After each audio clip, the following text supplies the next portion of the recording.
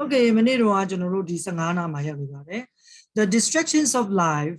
the taking away of things that are not given, sexual misconduct, and lying are the four vices of conduct that he has given up. No, the distraction of life, wow, the taking away of things. No, that are not given, but baby net you sound watching sexual misconduct. No, the Kamasa Samubilogin and lying and Linyachin. Four vices of conduct. Many of your vices of ability of conduct that has given up. Give up. By which four motives, four places he has no evil deeds. By which four places he does to look there no evil deeds. မကောင်းတာမလုပ်လို့ရှိရင်ရောက်နိုင်ဖြစ်နိုင်တဲ့နေရာလေးပါတွေကိုသူပြောတာပဲเนาะ evil deeds မကောင်းတဲ့အကုသိုလ်တွေဟာဆိုလို့ရှိရင် are done from the motives of partially motives တစုံတစ်ခုကိုလုပ်ဖို့အကြောင်းအရာကြလာเนาะအကြောင်းအရာလေးကြကိုလည်းအဲ့ဒီဟာတွေကမကောင်းတဲ့ evil တွေအကြောင်းအရာတိုက်ဆိုင်တယ်အခု၄ခုရှိတယ်အကြောင်း၄ခုရှိတယ်နေရာ၄နေရာရှိတယ်အဲ့နေရာတွေမှာမကောင်းတာပြုလုပ်ခြင်းအပြင်လည်းရှောင်ရမှာပေါ့เนาะအဲ့ဒီအရာလေးကဘာတွေလဲဆိုလို့ရှိရင်เนาะမကောင်းတဲ့အရာတွေဟာဆိုလို့ရှိရင်เนาะ from motives of partially ဆိုအစိတ်အပိုင်းတစ်ခုခုမညီမျှတဲ့အစိတ်အပိုင်းတွေကနေပြီးတော့เนาะအကြောင်းရင်းတွေတကူဖြစ်လာစေနိုင်တယ်အနောက်ဆက်ကြည့်ပြီးတော့မှပြန်လို့ရဟုတ်เนาะ enmity မုန်းခြင်း stupidity stupidity stupid ဖြစ်တယ်ပေါ့နော် stupid ဖြစ်တယ်ဆိုတော့မြန်မာလိုပြောမှာဆိုတော့လားပြောတယ်လို့ပြောတယ်မိုက်ဟို you might တယ်လို့မိုက် and fear ကြောက်တဲ့အတွက်ကြောင့်ဒါမှမဟုတ်မုန်းခြင်းအတွက်ကြောင့် you might တဲ့အတွက်ကြောင့်တဲ့နော်အချို့တော့ဟိုဘယ်လိုပြောမလဲ partiality မညီမမှုအဲ့ဒီကြောင့်မကောင်းမှုတွေကို၄ခုကိုကျူးလွန်မိတာတွေဖြစ်နိုင်တယ်ဟုတ်ပြီလားအဲ့ဆိုတော့သူကစိတ်ကြောင့်ပေါ့နော်မကောင်းမှုတွေကိုလုံနိုင်ဖို့ချမ်းဖြစ်နိုင်တဲ့အကြောင်းအရာတွေကသူပြောတဲ့တရားကိုဒါအမုန်းတရားmotive ဆိုတာမြန်မာလိုပြောရင်တော့ motive ဆိုတာကတော့အကြောင်းခံပေါ့ motive အကြောင်းခံနော်အဲ့ဆိုတယောက်နဲ့တယောက်မညီမျှချက်တွေမုန်းတီးချက်တွေပြီးတဲ့အခါကျလို့ရှိရင်ယူမိုက်တဲ့ချက်တွေကြောက်ရွံ့ချက်တွေကြောင့်အဲ့ဒီကနေပြီးတော့လုံစော်ပေးလိုက်တယ်ဟိုဖြစ်တော့မကောင်းမှုကိုဖြစ်စေတဲ့အကြောင်းရင်းပေါ့လေနော် motives ကအကြောင်းရင်းပေါ့မြန်မာလိုပြောလိုက်နော်အကြောင်းရင်း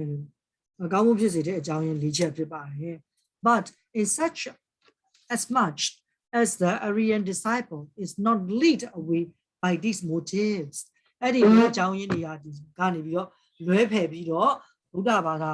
တာတော်တွေကမသွားကြပါဘူးတဲ့ through them he does no evil deeds အဲ့ဒီအရာတွေဖြတ်ကျော်ပြီးတော့သူကမကောင်းမှုတွေကိုမလုပ်ပါဘူးတဲ့နားလည်မယ်နော်အဲ့ဒီ၄ခုကနေပြီးတော့ဖြတ်ကျော်ပြီးတော့မကောင်းမှုတွေမလုပ်ဘူး then the Buddha taught the sixth channel of for dissipating wealth they are addictions to intoxicating liquors frequenting the streets of assembly hours haunting of fairs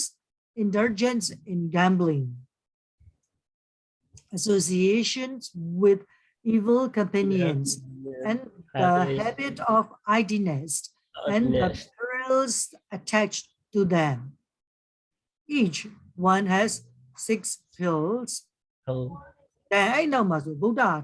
ဓသင်ကြားပေးတယ်6 channel ဆိုတော့ line 6ခုပေါ့နော်ကဏ္ဍ6ခုပေါ့မြန်မာပြောတော့ကဏ္ဍ6ခုပေါ့ဟုတ်ကဏ္ဍ6ခုနဲ့သင်ကြားပေးတယ် for လေ dissipating ဆိုတာပျောက်ကွယ်သွားတာ world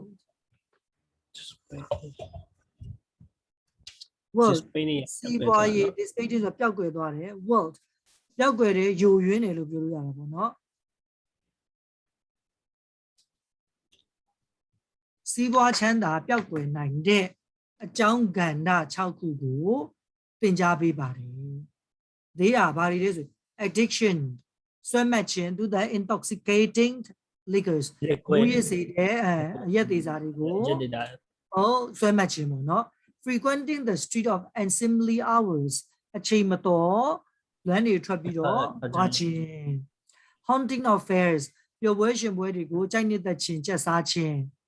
indulgence of gambling ဘာပေါ့နော်လောင်းကစားလုပ်ခြင်းကိုဆွဲမှတ်ခြင်း and then associating with evil companions မကောင်းတဲ့အပေါင်းအဖော်တွေနဲ့ဆက်ဆိုင်ခြင်းပေါင်းသင်းလုပ်ခြင်း habit of idleness ပြင်းရည်ခြင်းရဲ့အကျင့်တွေ and the perils attached to them perils or danger အန္တရာယ်တွေနော်သူတို့နဲ့ပတ်သက်ပြီးတော့ကတ်တွယ်နေတဲ့အန္တရာယ်တွေအကြောင်းတွေကိုသင်ကြားပေးပါတယ် each one တစ်ခုစီမှာတော့ 6 pills အကြောင်း6ချက်เนาะဟောပါတော့ဘယ်လိုခေါ်မလဲအဲ့ဒီတစ်ခုစီအတွက်မကောင်းမှုတစ်ခုစီဟိုအထဲမှာလည်းမကောင်းမှုတွေနောက်တဲ့အကြောင်းတွေက6ချက်စီရှိပါတယ်ဟုတ်ကဲ့အဲ့ဒါလေးเนาะ perils ဆိုတာလေးအတန်ထွက်လေးတစ်ချက်ကြည့်အောင် peril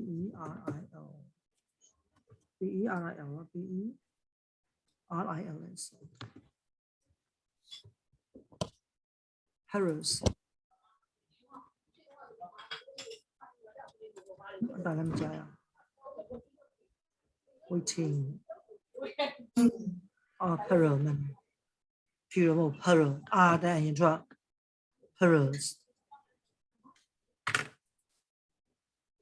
and then အဲ့ဒီနောက်မှာဆိုလို့ရှိရင် Buddha က thought about 4 kinds of false friends ဒါဖြစ်နိုင်တယ်ထင်တာပဲ and AQD ဆိုဘယ်လိုလဲတော့မရှာလို့မရ 4 kinds of true hatred friends hearted friends and their qualities အဲ့နောက်မှာဗုဒ္ဓသင်ကြားပေးပါတယ် 4 kinds of false friends မိတ်ဆွေတူ၄ပါးရအောင် and 4 kinds of true hearted friends နော်မိတ်ဆွေစစ်၄ယောက်ပေါ့နော်ဒီမှာ true hearted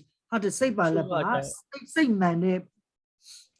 ဆိုတော့မိတ်ဆွေစစ်ပေါ့မိတ်ဆွေစစ်၄ယောက်အကြောင်းကိုသင်ကြားပေးတယ် and ပြီးတော့ their qualities သူတို့ရဲ့အရေးချင်းတွေအကြောင်းကိုလည်းသင်ကြားပေးပါ then Buddha explained how to use the amassed world must be divided into 4 parts. 1 portion should be spent for daily expenses, 2 parts to be invested to conduct business, and the 4th part should be deposited for future use. Right now, Buddha explained how to use the amassed world. Words chanda jingu amassed, collecting chanda mugu below susang yamale, below tongzo yamale suda. Well, chanda jinyasu must be divided. Yala le season no season below, don't be must be divided into 4 parts. A by living kochayaba. 1 portion, the buyer solution should be spent for daily expenses. Neze tombo dwa kwadam. 2 parts, the buyer to be invested to conduct business. Business, siboye de go, sense on a board, the ama tabido invest. The 4th part, the Ruda buying solution should be deposited for further use, future, FUTUR, future use. Anagama tombo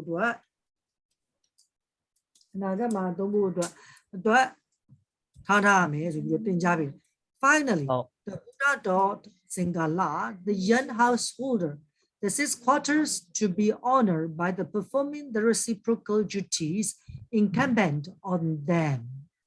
Finally, now so maro Buddha myaswa piya ha to Singala so le Myanmar so Tingala po no Tingala pugo the young householder no adi lu wit jaw tayaw ko ta pai lai de the 6th quarter ရက်6မျက်နှာ to be honored ဂုဏ်ပြုဖို့ရက်6မျက်နှာအကြောင်း by performing ဆောင်ရွက်ခြင်းအပြင်ဘယ်လိုဆောင်ရွက်ရမလဲ the reciprocal ဆိုတာအပြန်အလှန်အားဖြင့်duties တွေပြန်လဲအပြန်အလှန်တာဝန်တွေကို incumbent ဆိုတာကဘာလို့လဲဆို နော်ပြုလုပ်ရန်လိုအပ်တယ် on them အပြန်အလှန် duties တွေတာဝန်တွေကိုအပြန်အလှန်ပြုလုပ်ဖို့လိုအပ်တယ်ဆိုတဲ့အကြောင်းကိုတင်ကြားပေးတယ်အရက်6မျက်နှာဟိုဘလို့လုပ်ပြီးတော့အရက်6မျက်နှာနဲ့ပတ်သက်ပြီးတော့ဘလို့လုပ်အပြန်အလှန် duty တွေကိုထမ်းဆောင်ပြီးတော့သူတို့ကိုဂုဏ်ပြုရမလဲဆိုတဲ့အကြောင်းကိုတင်ကြားပေးပါတယ် Yeah. Yes. Embrace. How to use embraces words? Embraces ဆိုတာဘာအတိတ်ပဲ MSs collecting စုဆောင်းတာ collecting စုဆောင်း စုဆောင်းထားတဲ့ပိုက်ဆံတွေကိုဘယ်လိုသုံးပြမလဲ okay စုဆောင်းထားတဲ့ရှာဖွေရတဲ့ပိုက်ဆံတွေကိုအဲ့လိုပဲပြောရတာပေါ့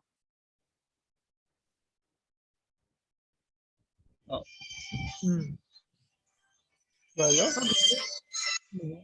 နောက်ဆုံးမှာဗုဒ္ဓဘုရားဟာဆိုလို့ရှိရင်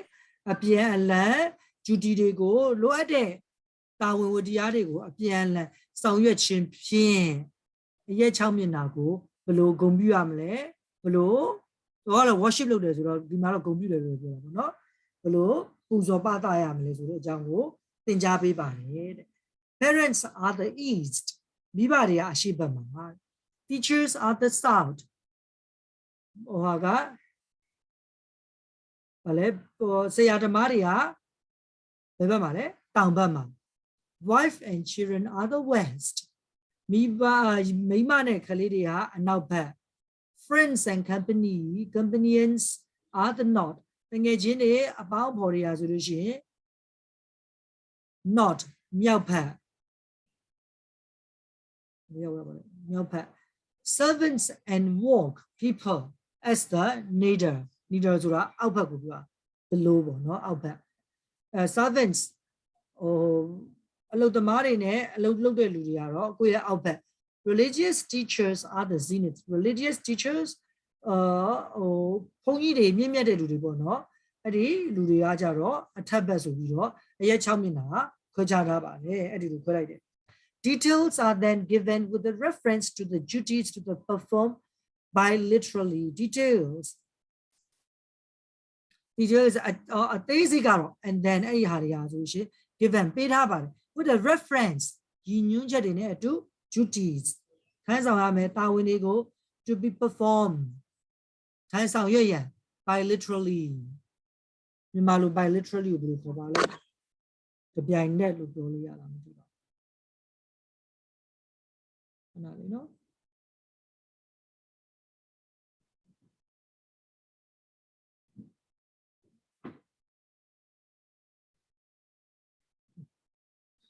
မြန်မာလိုတော့စကားနှမျိုးပါတော့လို့ပဲယူထား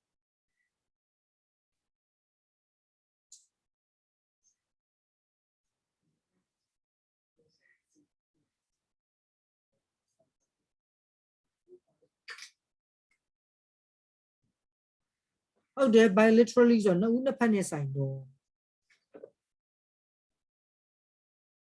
ဟယ်လိုရလား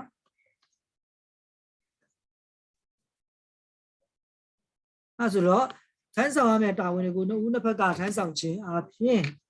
အဲ့ဒီရဲ့အချင်းချုပ်ပေါ့နော် reference ရည်ညွှန်းချက်တွေနဲ့အတူအသေးစိတ်ကိုဆက်ပြီးတော့ပေးထားပါတယ် The discourses and expositions of all domestics and social duty of a layman according to the Buddhist points of view and as such it is famous under the name of Gihi Vinaya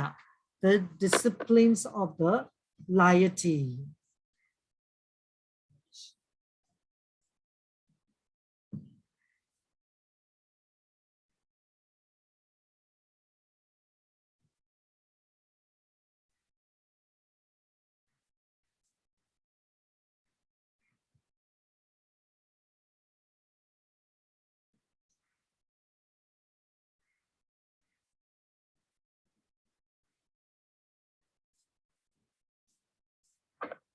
Hello, the discourse.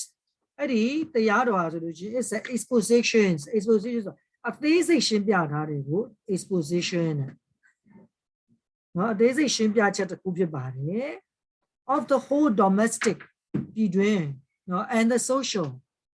ပြီးတော့ပတ်ဝန်းကျင်အဖွဲ့အစည်းတွေအတွက် duty of a layman Eddie Mashide, Udi Ausi, layman. So Wuluwi Johnny, according to the Buddhist point of view, Buddha Bada, ye and being any do, Lude out Uzi, but Winji and Draco, Kukura and Draco, go, Shimbiatade, they say Shimbiatade, Jansa to some people. And such, Eddie Labe, it is famous to Namejide, Benameneji. He vinaya so the name discipline of the laity. No, Louis Johnny, Simi Miaba to be nameji. In the past, some people believe that the rain, the wind, the hills as gods and took refuge in them. The Buddha rejected those practices. Singala, the Yen householder, was in practice of worshipping 6 quarters of the earth and the sun. The Buddha said that it is useless, and instead he thought to honor by performing the duties due to parents, teacher, etc. In the past, some people believe the rain, the wind, the hill, God. And took refuge in them to the Buddha rejected those practices.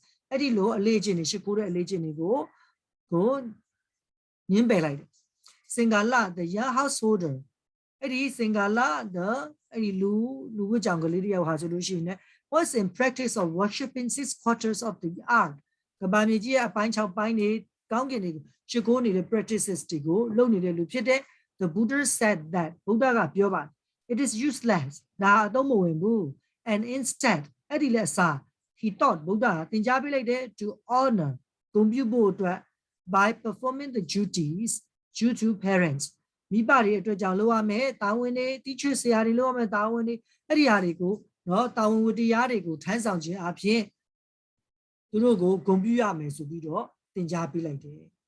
the Singala Sutta, the Singala homily is useful to build up a peaceful society.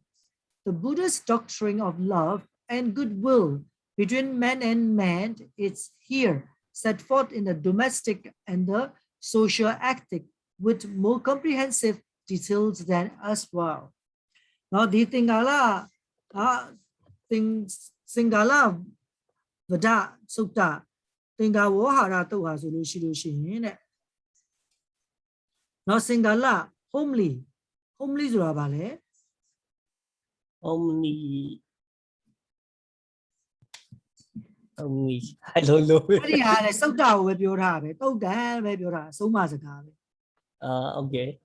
Anyhow, maybe and so down, homely. So much are useful to build up a peaceful society. No. Peaceful, Ning Chen de, but when you go to town and boat, ye then so much at the Kupiba. The Buddha's doctrine, Buddha ye, the yard or the hazard of love. No chicken book your Hari, good word. Second time is Hari between man and man. Man of the Yajama, Lulu Jane, chicken boot Hayame, second time is Hari. Here, Diniyama set forth a chichali in the domestic.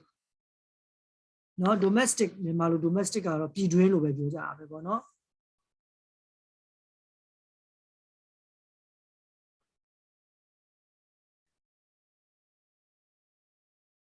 Domestic school, not a coolness. A Nauzu a dream, Midazun in the sign of the domestic bed.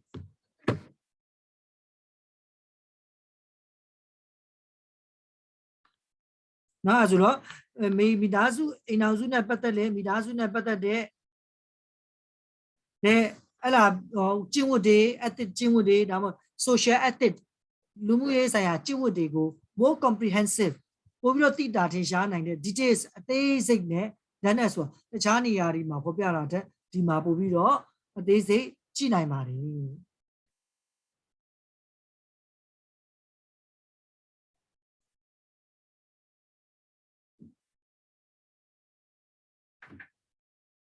Yamala, they will go.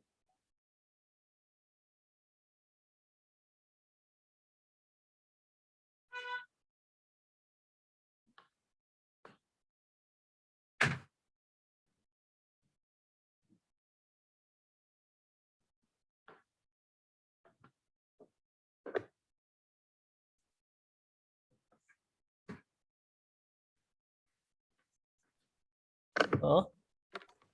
ရမယ်နော်အဲ့ဒီလိုမျိုးပို့ပြီးတော့အသေးစိတ်ပြောပြပေးတာပေါ့နော်ဘယ်နေရာအခြားနေရာတွေဆိုလို့ရှိရင်ဒီနေရာမှာတည်ကြကြကြည့်နိုင်တယ်လေဗုဒ္ဓလူချင်းချစ်ခင်ဖို့အတွက်လူချင်းကောင်းကျိုးစေတနာထားဖို့ဟာကိုဒီစာမှာသင်္ကာရောရာသုတ်ထင်းမှာတွေ့နိုင်ပါတယ် Okay. Yeah, I talked to publish the Singalovada Sutta, the Singala homely discourse in picture. ကျွန်တော်ကတော့ထင်တယ်ဒါကိုပုံနေနဲ့ publish ထုတ်ဝေတာထုတ်ဝေလို့ရှိရင်တဲ့ကောင်းမယ်လို့သူထင်ခဲ့စဉ်းစားခဲ့တယ် because ဘာကြောင့် it is easy to understand by adults as well as by the children လူကြီးပဲဖြစ်ဖြစ်ကလေးပဲဖြစ်ဖြစ်လွယ်လွယ်ကူကူနဲ့နားလည်နိုင် but here ဒီနေရာမှာthere are no pictures for the four vices and the four motives found in the discourse ဒီနေရာမှာလေနော်မကောင်းတဲ့အန္တရာယ်ဖြစ်နိုင်တဲ့အချက်၄ချက်ရဲ့နော် motives ဆိုခုနပြောတဲ့လုံစော်ပေးတဲ့နော်အချက်၄ချက်ဟုတ်အကြောင်းရင်းအချက်၄ချက်တွေကိုတော့သူကမပြောတာအဲ့ဒီအကြောင်းရင်း၄ချက်ကခုနပြောထားသလိုပဲပေါ့နော်ဒီဟာက4 ခုပဲရောလေ4ဒီမှာ4 vices မကောင်းမှု၄ခုဆိုတာကကြတော့ဒါအန္တရာယ်ဖြစ်စေတဲ့အကြောင်း၄ချက်ဆိုတော့မကောင်းမှု၄ခုပေါ့နော်မြန်မာလိုပြောတော့မကောင်းမှု၄ခုကတော့ခုနတော့ရက်ဒေသမတောက်စားသူလည်းမပြည့်စည်ရဘူးနောက်ကလိမ်ညာမပြောလောင်းမလို့အောင်လိမ်ညာမပြောရအောင်လိမ်ညာမပြောရဘူးပေါ့နော်အဲ့ဒီဟာတွေပဲသူကပါထားတယ်ပေါ့နော်နောက်ထပ်အဲ့ဒီ four motives ဖြစ်တဲ့အကြောင်းရင်းအဲ့ဒီလိုမျိုးမကောင်းမှုကိုဖြစ်စေတဲ့အကြောင်းရင်းဟာမနာလိုခြင်းတွေမညီမျှခြင်းတွေဈေးစိတ်မှာမုန်းတီးမှုဖြစ်ခြင်းတွေကြောက်ရွံ့ခြင်းတွေဟုတ်ပြီလားအဲ့ဒီကနေပြီးတော့လာအဲ့ဒီအကြောင်း၄ချက်ကိုတော့သူပုံနဲ့မပြထားပါဘူးတဲ့ I am very grateful to Van Dr. Parawahara Panananda, Chancellor of Ruhunu University of Sri Lanka. Sri Lanka မှာရှိတဲ့ University Ruhunu University ရဲ့အမှုဆောင်ချုပ်ပေါ့နော် Chancellor ဆိုတော့မြန်မာလိုပြောရင်တော့ပါမုခချုပ်ကြီးပေါ့သူ့လည်းအရင်ပဲကျေးဇူးတင်တယ်တဲ့နော် Principal of နောက်တစ်ယောက်ပေါ့နော် Dr. Patigama Ganarama ဆိုတဲ့ဗုဒ္ဓပါဠိ principles ဆိုဥက္ကဋ္ဌကြီးပေါ့နော်Buddhist and Pali College of the Singapore ဗုဒ္ဓနဲ့ပါဠိတက္ကသိုလ်ရဲ့အကြီးဆုံးကောလိပ်ရဲ့ခေါင်းဆောင်ကျောင်းပေါ့နော် and when Pandit Abhigata Dhammatik Laka MA the chief incumbent of the ပညာရှင်ပေါ့လေအဲ့ဒီစီလင်္ကာနောက်တဲ့ပညာရှင်တယောက်ကိုလည်းကျေးဇူးတင်ပါတယ် the book was compiled under their advice သူတို့ရဲ့အကြံဉာဏ်တွေနဲ့ဒါကိုcompile ပေါင်းစပ်ပြီးလုပ်ထားတာဖြစ်ပါတယ်ပေါ့အကြံဉာဏ်တွေနဲ့ my sincere thanks are also due to အဲ့ဒီဆရာတော်တွေကြီးကိုသူရဲ့their sincere thanks ပေါ့နော်အဲ့ဒါတွေရှိပါတယ်ဆိုပြီးသူရေးထားတာပေါ့နော်ကျေးဇူးတင်ကြောင်းရေးထားပါတယ်အဲဆိုအဲ့ဆရာတော်သူစာအုပ်ကိုထုတ်ဝေတဲ့ဆရာတော်ကဒီဟာပေါ့နော်စပ္ပဒါနဓမ္မဒါနဒါနံကြည်နာတိတဲ့ငါတို့ခါလေးပြောတာဓမ္မဒါနဟာစပ္ပဒါနတပ္ပဒါနတပ္ပဆိုအလုံးစုံသောဒါနတွေထဲမှာဓမ္မဒါနဟာကြည်နာတိဓမ္မဒါနကအမြင့်မြတ်ဆုံးတကယ်ဓမ္မ exalts ဆိုတာမြင့်မြတ်တဲ့ကြော်လွန်တယ် all other gifts တခြားသောလက်ဆောင်တွေတဲ့အလုံးကျုံလို့ပါတယ်ဆိုနော် Van K ဓမ္မစရီဓမ္မတီဗီကနေပြီးတော့ရေးထားတာပေါ့နော် okay ဒီမှာစင်္ကာလောဟာရတုတ်ကို picture နဲ့ကြည့်ရအောင်ဒီမှာဘုရားနေရောသူ့ကိုပြောပြတဲ့အကြောင်းပေါ့လေ okay ပထမဆုံးပုံကဒီမှာအိပ်ပြီးတော့စကားပြောနေတဲ့ပုံ okay Singala householders on his deathbed said to his sons, my dear son, after my death, get up early in the morning, and with what hair and what garments you shall worship the east, south, west, north, neither and the zenith. You should do this without fail. This is my last advice. Okay, Singala householder to on his bed. They can eat nyang zang tamao. They can eat nyang. Now said, you're to his son to thou my dear son, after my death, get up early, in the morning. and with wet hair ဆိုနေတဲ့သပင်နဲ့ ဘောင်း wet garment ဆိုနေတဲ့နဲ့ you should worship နော်ရှိခိုးတဲ့နဲ့ the east south west north အရက်လေ neither and then ရှေးနောက်တောင်မြောက်ရဲ့အထက်အောက်6မျက်နှာကို ဆောင်းမျ သ က် င် နှာ ဟာပြီးတော့ကြောတင်ပါတယ် တော့တယ်ပါ you should do it without fail ဒါကိုမပြတ်မကွက်ပဲသင်လုပ်တင်ပါတယ် this is my last advice ငါဒါနောက်ဆုံးငါရဲ့အကြံဉာဏ်ပါပဲနောက်ဆုံးပါပါတယ်ဆို ဘာလို့လဲ ပြောအနေနောက်တစ်နေ့မှာသူရှိခိုးတဲ့ပုံလေးပြထားပါတယ် and then Singala young household rising early with wet hair and wet garments and claps his hands uplifted paid worship to east south north nadir and the zenith yes 6မျက်နှာကိုသူဟာရှိခိုးပါတယ် ပြောရဲ အဲ့ဒါဆိုမပြောတော့ဘူးเนาะရှိခိုးပါတယ်ဒါပဲပေါ့ okay တနေ့ဖရားနဲ့တွေ့တဲ့ပုံပါမယ် early in the morning တနေ့တော့မနက်မှာ the Buddha entered Rajagaha seeking alms then he saw the young Singala worshiping and asked him the reasons for doing that တော့တနေ့တော့မနက်မိုးလင်းမှာဗုဒ္ဓဟာရာဇဂျိုကိုဆုံးခံဝင်လာပါတယ် then he saw သူတွေ့သွားတယ် the young Singala နေငယ် ဒါတော့တယ် worshiping လူလင်ပြူလေးဟာရှိခိုးနေတယ် and ရှိခိုးနေတာကိုတွေ့တယ် and asking သူ့မေး the reason for doing that doing that အဲ့ဒီလိုရဲ့အကြောင်းအရာကို အကြောင်းရင်းအောင်မေးရ yes Singala reply Singala လေးကပြန်ပြောတယ် that is that father သူတကယ်တဲ့အတီး had asked him to do so တူတူဆို အကြောင်းဆိုပြီးတော့ပြောပါ the Buddha က then thought ထင်တယ် him ဒီမှာတော့ကတင်တာနော် th မဟုတ် th တာသင်ကြားပေးခဲ့တယ် the Buddha's teaching ဗုဒ္ဓရဲ့သင်ကြားမှုတွေကိုသင်ကြားပေးတယ် too there is worship of six quarter ဗုဒ္ဓရဲ့အရက်6မျက်နှာကိုရှိခိုးတဲ့အကြောင်းကိုသူ့ကိုသင်ကြားပေးလိုက်ပါ okay ကျွန်တော်တို့ပထမအကြောင်းလေးလေ့လာရအောင် there are six perils from addictions to intoxicants ဘုရားတွေကိုဆွဲမှတ်သွားတဲ့အကောင်းချက်6ချက်အဲ့ဒီလိုဆွဲမှတ်သွားကြမှာမကောင်းတာ actual loss of wealth well တကယ်စီးပွားရေးဆုံးရှုံးခြင်း ဆုံးရှုံးခြင်း loss of good character ကောင်းတဲ့ character ဇာရိတတွေပျက်စီးခြင်း ပျက်စီးသွားတယ် ကောင်းဖြစ်တက်စေတယ် increase of quarrels ရန်ပွဲတွေကိုတိုးပွားစေတယ် indecent exposure indecent ဆိုတာလူများရှေ့မှာအဲ့နှစ်ခုလုံးတွေ့လိုက် incident လူများရှေ့မှာမိမိရဲ့လိင်အင်္ဂါကိုပြခြင်းဆိုရယ်မဖွယ်မရာတွေပြခြင်းဆိုပြီးတော့သိနိုင်တယ် susceptibility to disease ယောဂတွေဖြစ်လွယ်တယ် impair intelligence ဆိုတာ အသိဉာဏ်ရင် impair ဆိုတာယိုယွင်းတာ ယွင်းလား ယိုယွင်းတယ် decline ဖြစ်လာယိုယွင်းတယ်ဆိုပြီးတော့အဲ့ဒီအ6ချက်တွေကိုဖြစ်ပေါ်စေပါတယ်ဆိုပြီးတော့เนาะအဲ့ဒီမိုးရသေးစားကိုဆွဲမှတ်တော့တဲ့လူဟာသူ့ရဲ့စီးပွားတွေလက်တွေပဲတကယ့်ကိုပဲဆုံးရှုံးမယ်အကျင့်တွေပျက်စီးသွားမယ်ရံပြောတွေမကြာခဏဖြစ်နိုင်တယ်အရှက်မရှိတဲ့အလုပ်တွေလုပ်နိုင်မှာပေါ့เนาะအလွယ်ပြောပါပေါ့เนาะပြီးယောဂတွေအလွယ်တကူရနိုင်ပါတယ်ပြီးလို့ရှိရင်စီးကိုမှတ်ဉာဏ်ရည်တွေကျဆင်းသွားတယ် Okay, not a coup. There are 6 perils by frequenting the streets at the unseemly hours. Okay, အချိန်မတော်မှာလမ်းထွက်တဲ့အခါမှာမကောင်းတဲ့အချက်6ချက်ကဘာပါလဲဆို he himself သူကိုယ်တိုင်မှာ is without guard or protection. သူကိုယ်တိုင်ဆောင်ရှောက်မဲ့လူမရှိဘူး or protection ကာကွယ်ပေးမဲ့လူသူစီမှာမရှိနိုင်ဘူး So also are his wife and children. သူမိန်းမကောသူခလေးတော့ကောသူအပြင်သွားနေတဲ့ကြောင့်သူမိန်းမသူခလေးကိုဆောင်ရှောက်ပေးနိုင်မှုမရှိနိုင်ဘူးတဲ့ as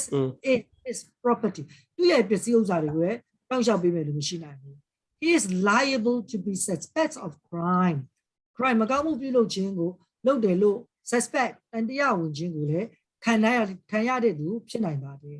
liable ဥပဒေရတာဝန်ရှိတယ်เนาะဥပဒေရတာဝန်ရှိဆိုခံရတဲ့လူဖြစ်ဆွဆွဲခံနိုင်ပါတယ်ခံနိုင်ရနိုင်တယ် is the subject of false rumors ဆိုကောလာဟာလတွေမကောင်းတဲ့အမားကောလာဟာလတွေအကြောင်းလည်းဖြစ်နိုင်ပါတယ် he will meet a lot of troubles ပြဿနာတွေအများကြီးနဲ့လည်းကြုံနိုင် ရင်ဆိုင်နိုင်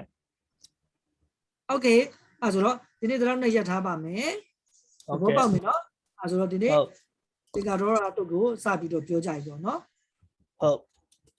Okay 25ဒီကြည့်တော့ကျွန်တော်14ဒီကျွန်တော်တို့ဒီနေ့ပြီးခဲ့တာပေါ့နော်